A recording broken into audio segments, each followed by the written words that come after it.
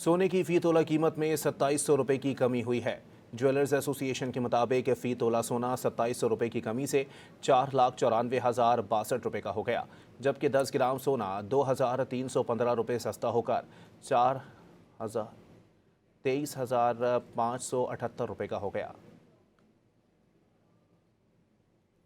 सोने की फी तोला कीमत में 2700 रुपये की कमी हुई है। ज्वेलर्स एसोसिएशन के मुताबिक फी तोला सोना 2700 रुपये की कमी से 4,94,062 रुपये का हो गया, जबकि 10 ग्राम सोना 2,315 रुपये सस्ता होकर 23,578 रुपये का हो गया। सोने की फी तोला कीमत में 2700 रुपये की कमी हुई है।